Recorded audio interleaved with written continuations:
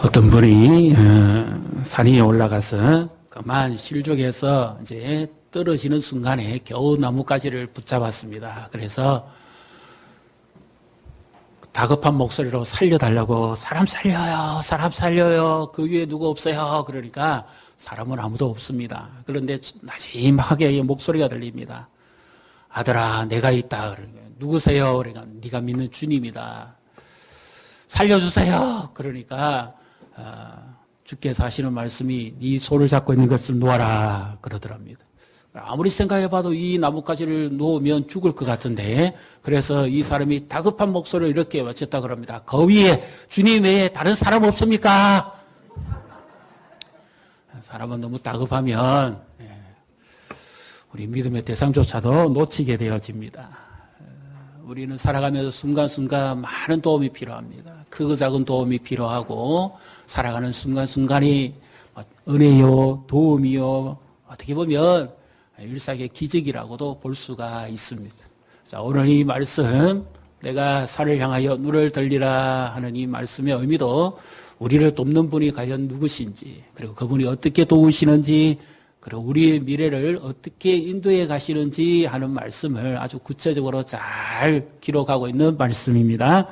그리고 이 말씀을 이스라엘 백성들이 성지를 향해서 갈 때에, 시온산을 향해서 갈 때에 겪는 여러 가지 어려움과 힘든 가운데서도 그들의 소망 되시고 그들의 힘이 되시고 도움이 되시는 그 주님만을 의지함으로 마침내 그들이 성산에 올라서 하나님을 예배하는 기쁨을 누리는 바로 그와 같은 축복의 말씀이기도 합니다. 그래서 오늘 우리에게도 하나님께서 이 말씀이 우리의 힘이 되고 능력이 되고 또 우리의 미래의 앞잡이가 되고 또 우리를 살아가는 새로운 소망이 되게 해주시기를 주님의 이름으로 축복합니다. 1절을 잘 보십시오. 1, 2절에 보시면 이런 고백을 하고 있죠. 자, 먼저 1, 2절 우리 같이 읽습니다. 내가 산을 향하여 눈을 들리라. 나의 도움이 어디서 올까? 나의 도움은 천지를 지으신 여호와이겠으로다. 아멘. 자, 나의 도움, 나를 돕는 분, 이렇게 표현할 수도 있습니다. 그래서 내가 산을 향해서 눈을 든다는 의미는 산이 보고 싶어서 그런 것이 아니라, 지금 가을산은 얼마나 경치가 좋습니까? 풍경도 좋고 단풍이 물들어가고 공기도 좋고 또 산속에서는 힐링도 할 수 있고 안식과 쉼도 얻을 수 있겠지요. 그리고 산에 올라가는 사람들의 특징은 뭔가 정상을 향해서 올라가고 싶은 그런 마음이 있을 것입니다. 그래서 이 시편도 어떻게 보면 원래 표제는 성전에 올라가는 노래 이래 되어 있지만 원래 의미는 그냥 올라가는 노래다 그렇게 표현합니다. 그래서 마치 한 걸음 한 걸음 산을 등산하는 사람이 발을 띄고 올라가는 것처럼 그 걸음을 마치 우리 인생의 계단이 한 걸음 한 걸음 올라가는 것과 같은 그런 노래를 하고 있는 거죠. 정상을 향해서 가는 인생. 한 단계 한 단계 올라가는 것과 마찬가지입니다. 어린아이가 태어나서 걸음마 한 걸음 한 걸음 떼듯이 우리의 인생도 한 걸음 한 걸음 한 걸음 한 걸음 그 발길을 떼면서 올라가는 것이죠. 그렇게 올라가려고 할 때에 이제 한 산을 넘어가면 또 한 산이 나오죠. 그래서 첩첩이 산중이다. 어떤 가게에 가니까 이런 적어놨더라고요. 산은 산이요, 물은 셀프로다. 산 넘어 산이고 강 건너 강인데 산은 산이고, 하나의 문제가 해결되어지면 인생의 문제는 또 한 계단을 넘어가야 되는 것처럼 또 그와 같은 큰 산이 있다는 것입니다. 그래서 이 시온산까지 가려고 하면 산들이 여러 개를 넘어가야 되는 이 험난함이 있다는 거죠. 우리 인생도 마찬가지죠. 하나의 도움을 받고 나면 또 하나의 도움이 필요합니다. 태어나면서부터 한 걸음 한 걸음 우리는 도움이 없이는 살아갈 수가 없습니다. 그 누군가의 도움이 있어야 됩니다. 어렸을 때는 부모의 도움이 있어야 되고요. 자라서는 친구의 도움이 있어야 되고, 커서는 주변 사람들의 도움이 있어야 됩니다. 이 모든 것에 우리 인생을 돕는 자, 하나님의 도움이 있어야 될 줄로 믿습니다. 그래서 이 도움이라는 것은 그러면 이 성전을 산을 향해서 가는 사람들은 마지막까지 정상에 실족하지 아니하고 무사히 도착하는 거겠지요. 산행을 하다 보면 발이 삘 수도 있고요. 실족해서 넘어질 수도 있고 자칫 잘못하면 낭떠러지에 떨어질 수도 있습니다. 또 산행을 하다 보면 가장 위험한 것이 뭡니까? 요즘 같은 경우는 호흡곤란이죠. 뭐 심장정지라 그럽니까? 네. 그런 것에 의해서 갑작스럽게 사망을 할 수도 있습니다. 그뿐만 아니라 도둑의 위험도 있을 것이고 그리고 맹수의 위협도 있을 것입니다. 또 기후에 따라서 이 팔레스타인 지역은 낮과 밤의 기온 차이가 너무 심하게 나니까 추위에 의해서 밤에는 얼어 죽을 수도 있는 이런 위험들이 있죠. 그래서 한 걸음 한 걸음 내디딜 때마다 도움이 필요합니다. 그뿐만 아니라 성전을 향해서 가려고 하면 그들이 믿음의 그 도움도 필요한 것이죠. 왜냐하면 얼마나 많은 길을 건너야 되고 물을 건너야 되고 험난한 광야를 지나가야 되니까 지치고 탈진합니다. 그때마다 나를 도와주실 분, 내가 피곤치 않고 지치지 않도록 내게 힘을 주실 분, 그 주님만을 바라봐야만 마침내 정상에 이룰 수 있겠지요. 우리 인생도 마찬가지 아닐까요? 직장에서의 시달림과 고달픔, 가정에서의 생활의 어려움, 여러 가지 이런 환경적인 어려움도 있고요. 우리 자신의 연약함의 어려움도 있고 또 미래를 알지 못해서 우리가 두려워하는 여기에 대해 보호도 필요한 것이죠. 자, 그렇기 때문에 우리는 절대적으로 도움을 잊고 살아야만 한다 하는 것을 말씀합니다. 자, 그렇다면 가장 먼저는 그 산 위에 계신 하나님을 그가 본다 하는 의미죠. 내가 산을 향해 눈을 든다는 의미는 이 모든 험난한 산 위에 계시는 이 모든 것을 지으신 분이 과연 누구신가? 그래서 나의 도움은 과연 어디부터 올 것인가 하는 것을 스스로 자문자답하면서 하나님을 높입니다. 2절에 보시면 나의 도움은 천지를 지으신 여호와이겠으로다. 이렇게 지금 고백을 하고 있죠. 우리를 돕는 분이 누구인가 하는 것을 우리가 분명히 아는 것이 신앙의 힘이요 능력입니다. 우리는 막연한 하나님을 믿는 것이 아니라 그분이 어떤 분이냐 하는 것을 알면 알수록 그것이 우리의 신앙의 견고한 힘이 되는 줄로 믿습니다. 우리를 도우시는 분, 어떤 분입니까? 2절에 답이 나왔죠. 천지를, 하늘들과 땅을 만드신 창조주, 전능자, 지존자, 그분이 바로 여호와다 이렇게 말씀하시는 거죠. 출애굽기 3장에 모세에게 나타나셔서 하나님이 말씀합니다. 나는 스스로 있는 자다. 이 말의 의미는 여러 가지 표현들이 좀 많이 있습니다. 그래서 스스로 계시다, 또 스스로 있게 하는 자다 이런 의미도 있는데 오늘 이 말씀과 좀 더 연결시켜 보면 그 의미는 이와 같은 의미가 되어질 수가 있습니다. 지금뿐만 아니라 앞으로도 계속적으로 하나님 여호와가 하는 일을 보아서 그 맛을 봄으로 너는 내가 누구인지 알 것이다. 바로 그 표현입니다. 나는 스스로 있는 자이지만 너는 아직 나를 잘 알지 못하는데 내가 너를 인도해 가는 것을 봐서 그 맛을 보면 너는 비로소 내가 여호와인 줄을 알게 될 것이다. 이렇게 지금 하나님과 경험적으로 지금 알에 대해서 말씀합니다. 그리고 나는 장차 곧 그렇게 말하는 나 자신이 될 것이다. 나는 무엇이 될 것이다. 나는 무엇이 되고자 하는 대로 될 것이다. 내가 원하는 대로 나는 장차 너에게 나타나 줄 것이다. 그러므로 나는 천지의 창조자가 될 것이다.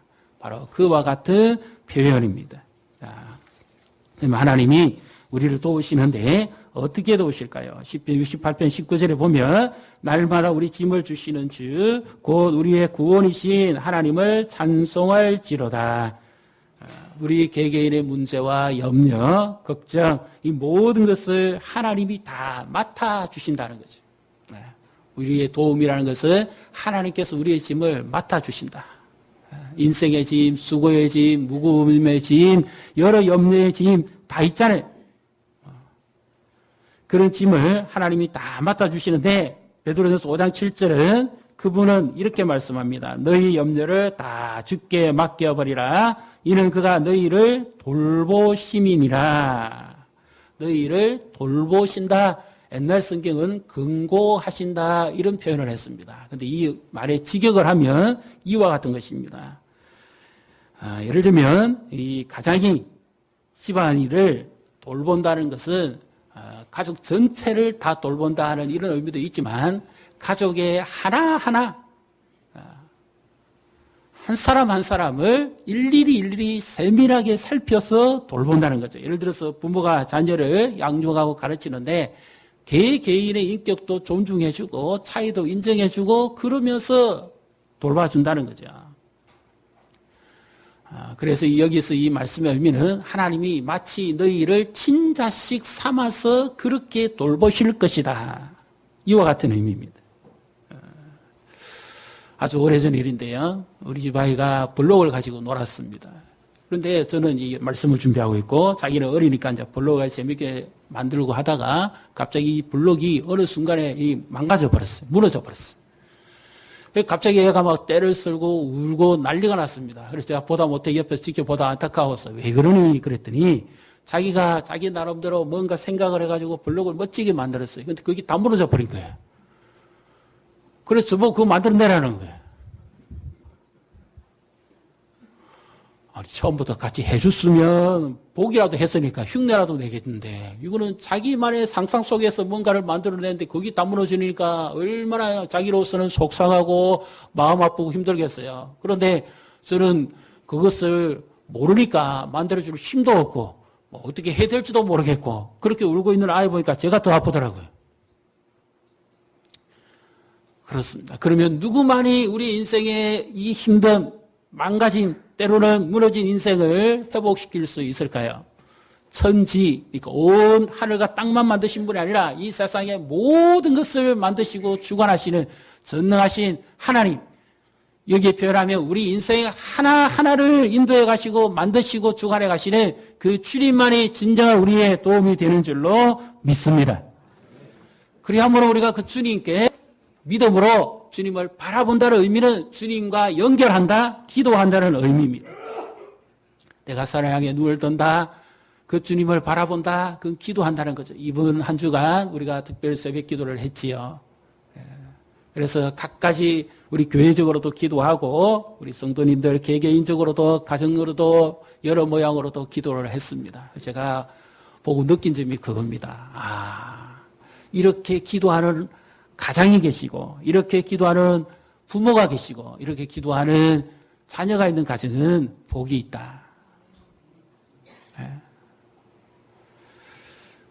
우리가 어찌 힘도 없고 어찌 할 바도 모르겠고 여러 가지 상황 속에 놓여 있는데 하나님만 의지하고 기도한다는 것은 이것은 얼마나 우리에게 큰 위안이요 도움입니까?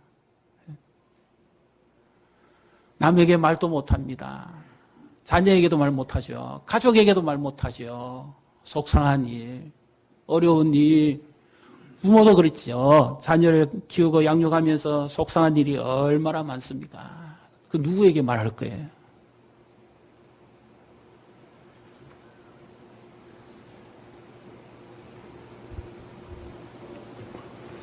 부모의 심정을 대봐야 알게 되겠죠. 저도 최근에 제가 아는 분이 한 분이 자녀가 제법 컸는데 갑자기 특이한 질병에 걸렸습니다. 그런데 이 부모가 기도를 하고 옆에 지키고 앉아 있는데 얼마나 마음이 아프겠습니까? 그런데 어떻게 부모가 그 병을 자기가 대신 아프고 그냥 누워 있으면 차라리 속이라도 편하겠는데 이제 꽃다운 나이의 아이가 그렇게 그런 고통에 사이니까 얼마나 억장이 무너지고 마음이 아픈지요. 그럼에도 불구하고 자기 자신이 아무런 도움을 줄 수가 없다는 거죠. 물론 의사를 통해서 치료도 받아야 되고 돌봄도 받아야 되고 지식도 얻어야 되고 약물도 치료도 해야 되고 뭐 이렇게 해야 됩니다. 그런데 가장 근원적인 도움을 과연 누가 줄 수 있느냐는 거죠. 하나님이 도우셔야지. 우리의 인생에 진정한 도움은 하늘과 땅을 만드신 그 주님만이 우리의 진정한 도움인 줄 믿으시기를 바랍니다.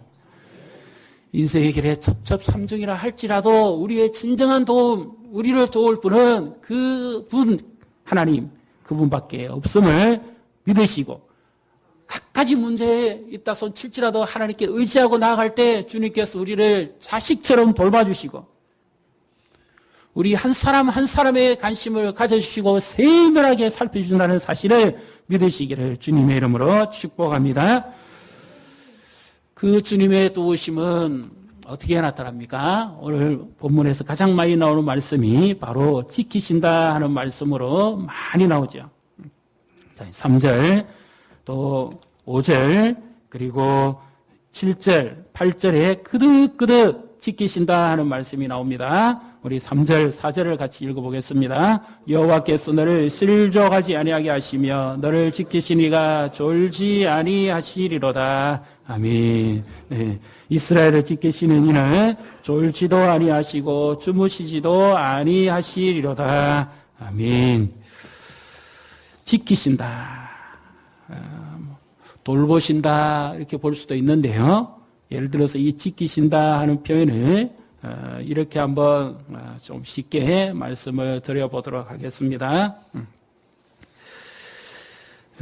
우리 인간의 욕구가 생존의 욕구, 보호의 욕구, 그리고 이상적인 욕구, 자아실현의 욕구, 이런 욕구로 우리가 나눌 수가 있습니다. 그런데 우리 인간은 돌봄을 받지 못하면, 생존과 안전과 보호의 돌봄을 받지 못하면 그 다음에 우리 안에 있는 자아실현이나 이상적인 욕구를 향해서 우리가 충족되어질 수 없다 하는 것이죠. 그래서 지금 생활이 어렵고 힘드니까 꿈도 미래도 다 상실돼 버립니다. 사람들의 마음속에 전부 하나같이 안전한가, 그리고 기본 생활이 보장되어질 수만 있다면 하는 이 욕구가 지금 가장 강하게 나타나는 거죠. 그래서 하나님 우리의 건강과 재정뿐만 아니라 우리의 결심과 미래도 하나님이 지켜주셔야 됩니다. 이 순례자가 한 걸음 한 걸음 내디는데 지금까지도 하나님이 지켜주셨지만 현재도 지켜주셔야 되고 앞으로 가는 길도 지켜주셔야 됩니다. 그래서 4절과 5절은 과거에 하나님께서 지금까지 내왔던 길에 지켜주셨고, 그리고 이제 6절은 현재, 그리고 7절, 8절은 앞으로 계속 미래입니다. 하나님께서 나를 지금까지 지켜주셨죠. 우리 교회를 하나님이 은혜 가운데 지켜주셨고 복음의 사명을 감당하게 해주셨습니다. 그리고 이제 또 지금 오늘이라는 현재도 하나님이 지켜주셔야 되고, 그리고 앞으로 내일부터 미래까지도 하나님이 지켜주셔야 되는 거죠. 우리의 가정도 마찬가지죠. 지금까지도 하나님이 지켜주셨고 자녀 하나하나를 지켜주셨고 보호해 주셨고 지금도 지켜주고 계시고, 그리고 앞으로도 우리의 자녀들과 가정과 미래를 지켜주실 줄로 믿습니다. 그래서 민수기 6장 22절에는 이와 같은 표현을 하죠. 여호와는 내게 복을 주시고 너를 지키시기를 원한다. 지금까지도 지켜오신 하나님이 지금도 지켜주고 계시고 앞으로도 그렇게 지켜주시기를 원한다. 그런 말씀입니다. 그리고 우리 인생에 가는 길에 누구와 함께 갈 것이냐. 여호와가 내 우편 그늘이 되신다는 말은 바로 가장 가까이 동행하시겠다 하는 말씀입니다. 하나님이 멀리 계셔서 막연히 지켜주시는 것이 아니라 바로 내 옆에서 동행해 주시면서 지켜주신다. 우리 인생의 여행을 할 때 가이드를 잘 만나야 되죠. 우리가 외국 여행을 갈 때도 그렇지 않습니까? 가이드를 아주 친절하고 지식이 있고 따뜻한 가이드를 만나면 그 여행 내내 즐겁고 풍성하고 기쁨을 누립니다. 낯선 외국길이라도 조용길이라도 그렇게 염려가 되지 않습니다. 그런데 가이드가 믿을만 하지 못해요. 이랬다가 저랬다가 감정에 따라서 달라졌다가 돈을 줄 때는 좋았다가 안 주면 원망하고, 그 가이드는 못 믿습니다. 특히 선교지에 동남아시아 어느 지역에 가면 택시나 또는 이 가이드하는 분이 아무도 가보지 않은 외딴 곳에 데려놓고 강도짓을 하고는 홀라당 다 들어가 도망가 버린다는 거예요. 그만큼 가이드가 중요합니다. 어떤 가이드를 만나느냐에 따라서 미래가 결정이 되기도 합니다. 바로 그때 우리 주님께서, 선한 목자 되신 주님께서 우리와 과거에도 함께 하셨고 오늘도 함께 계시고 또 미래도 하나님 우리를 영원히 지켜주신다는 것이죠. 마태복음 28장 20절 보십시오. 볼지어다 내가 세상 끝날까지 너희와 항상 함께 계시겠다는 말씀은 지켜주시겠다는 말씀이죠. 선지를 지으신 그 여호와께서 우리의 도움이 되시고 우리를 지켜주신다. 그렇기 때문에 우리는 평안하고 기쁘고 복된 삶을 누리게 될 줄로 믿습니다. 그런데 아주 재미난 표현이 하나 있습니다. 어떤 표현이 있습니까? 하나님께서 우리의 도움이 되시고 우리 곁에 계시고 우리의 그늘이 되시고 우리를 지켜주시는데 아주 재미난 표현이 하나 있어요. 그 표현이 뭔가 하면 4절에 나오는 표현입니다. 4절 다시 한번 읽습니다. 이스라엘을 지키시는 이는 졸지도 아니하시고 주무시지도 아니하시려다. 아멘. 왜 여기에 졸지도 주무시지도 아니하시느냐 이렇게 표현을 했을까요? 사람은 하루의 노동의 고단함을 통해서 저녁에는 자야 되고요. 때로는 피곤하면 쉬어야 됩니다. 깜빡깜빡 순간순간 고된 그 일에 의해서 졸기도 합니다. 예배 시간에도 때로는 깜빡깜빡 졸잖아요. 근데 하나님은 여기에 졸지도 아니하시고 주무시지도 아니하신다 이렇게 표현하셨죠. 이 말씀의 의미는 좀 더 직역을 하면 뭡니까? 항상 깨어 계신다 하는 말씀이죠. 눈 한번 깜빡거리지도 않고 하나님은 항상 나를 지켜보시는데 늘 깨어 계시다. 그와 같은 표현입니다. 예를 들면 우리 아기들 어릴 때 엄마가 눈길 한 번만 잠깐 돌리면 아이는 사고 납니다. 그럴 수도 있고 뜨거운 국그릇에 속길 수도 있고 그죠? 화를 입을 수도 있습니다. 군에 있는 초병이 밤에 근무를 쓰는데 너무 피곤하고 졸려가지고 눈 한번 깜짝하는 순간에 적이 쳐들어와서 벌써 고통을 당하기도 하고 어려움을 겪기도 합니다. 사람이 눈 깜빡하는 이 찰나입니다. 깜빡 조는 거죠. 그때에 무슨 일이 벌어질지도 모르는 그런 상황입니다. 근데 하나님은 졸지도 아니하시고 주무시지도 아니하신다. 늘 깨어서 우리 곁에 계시다. 그분이 우리의 도움이시고 그분이 우리를 지키시고 그분이 우리 곁에 계시다니까 이것이 얼마나 우리에게 위안이 됩니까?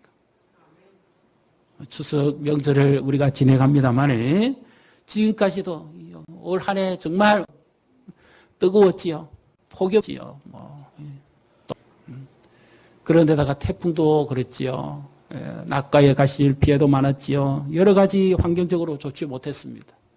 그럼에도 불구하고 하나님께서 도우시고 은혜를 베풀어 주신 것은 하나님의 은총이 아닐 수가 없는 것이죠. 우리 개인적인 삶도 마찬가지죠. 여러 가지 어렵고 힘든 가운데서도 하나님이 늘 깨어 계시니까, 늘 도우시니까, 우리의 믿음도 하나님이 늘 지키시고 붙들어 주시니까, 그래서 우리가 여기까지 오게 되어진 것이죠. 7절, 8절을 우리 같이 읽습니다. 여호와께서 너를 지켜 모든 환난을 면하게 하시며 또 내 영혼을 지키시리로다. 여호와께서 너의 출입을 지금부터 영원까지 지키시리로다. 아멘.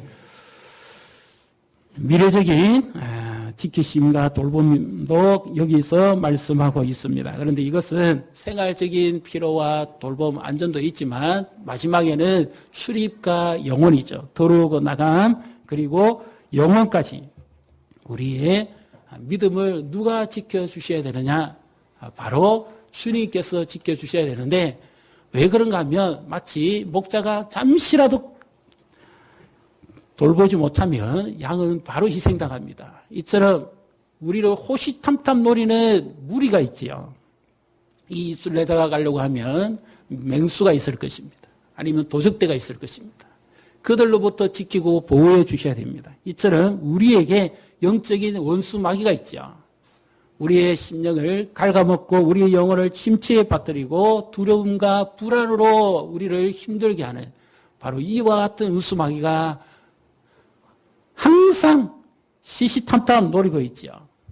우리 세상적 유혹과 세상적 이 고통으로부터 우리를 넘어뜨리게 하려고 항상 노리고 있죠. 그렇기 때문에 우리의 믿음도 보호를 받아야 되고 우리의 영혼도 돌봄을 받아야 됩니다. 그것을 누가 해주시느냐? 하나님이 해주신다는 거죠. 우리 자녀들의 믿음을 누가 지켜줍니까? 주께서 지켜주시는 거예요. 항상 우리는 잡니다. 우리는 어떻게 합니까? 기도하고 맡기고 밤에는 자지 않습니까? 그런데 우리 대신 우리와 함께 하신 그분이 자녀들 곁에서 늘 깨어서 지켜주시고 보호해 주심으로 안전할 뿐만 아니라 그들의 믿음도 지속적으로 성장하게 되는 줄로 믿습니다. 그래서 우리를 돕는 자가 누구신가 하는 것을 알면 알수록 우리에게는 감사요, 기쁨이요, 즐거움의 삶을 살아갈 수가 있는 것이죠. 이 명절에